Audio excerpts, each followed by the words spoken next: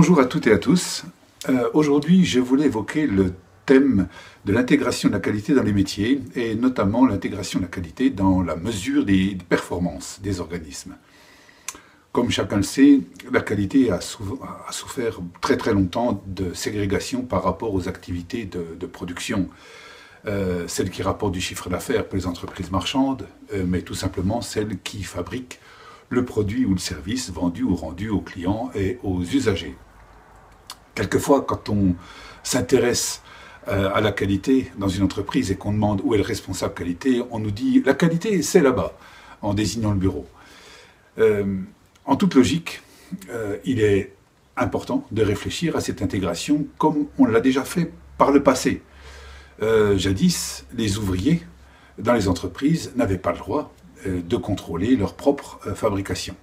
C'était l'apanage des contrôleurs, donc des personnels qui avaient déjà de l'expérience, en qui on avait confiance.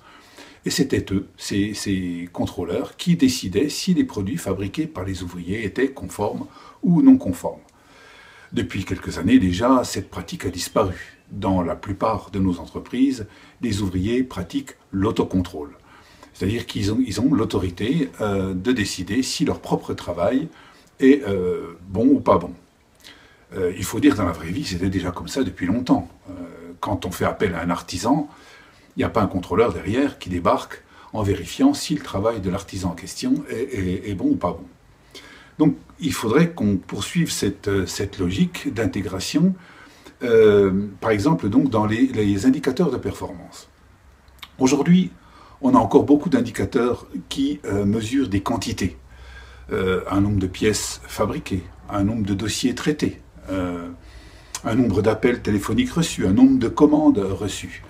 Et puis d'un autre côté, on a des indicateurs qualité, qui sont quelquefois même d'ailleurs mesurés, tenus à jour par les services qualité. On a par exemple les délais de livraison, on a par exemple les taux de réclamation ou les taux de non-conformité. L'idée, ce serait de réfléchir, pour intégrer cette qualité dans les quantités, ce serait de réfléchir à une prestation idéale. En quoi une prestation, elle satisfait à la fois l'entreprise, parce qu'on en fait suffisamment avec les ressources dont on dispose, et qu'elle satisfait à la fois le client en raison de la qualité des produits et des services. Donc cette prestation idéale, ça pourrait être par exemple traiter par exemple 25 ou 30 dossiers à la semaine, avec une analyse des dossiers qui ne soit pas contestée par les destinataires et dans un délai par exemple de 5 jours ouvrés. Une autre prestation idéale pour la production, ça pourrait être de fabriquer 300 objets par semaine dans les 10 jours après avoir reçu la commande, sans réclamation et sans production de non-conformité. Alors, cette réflexion au sujet de la prestation idéale, qui allie à la fois qualité et quantité, donc qui intègre la qualité dans les métiers, elle est relativement simple pour les activités de production, c'est-à-dire quand on fabrique des objets ou des services que l'on peut comptabiliser.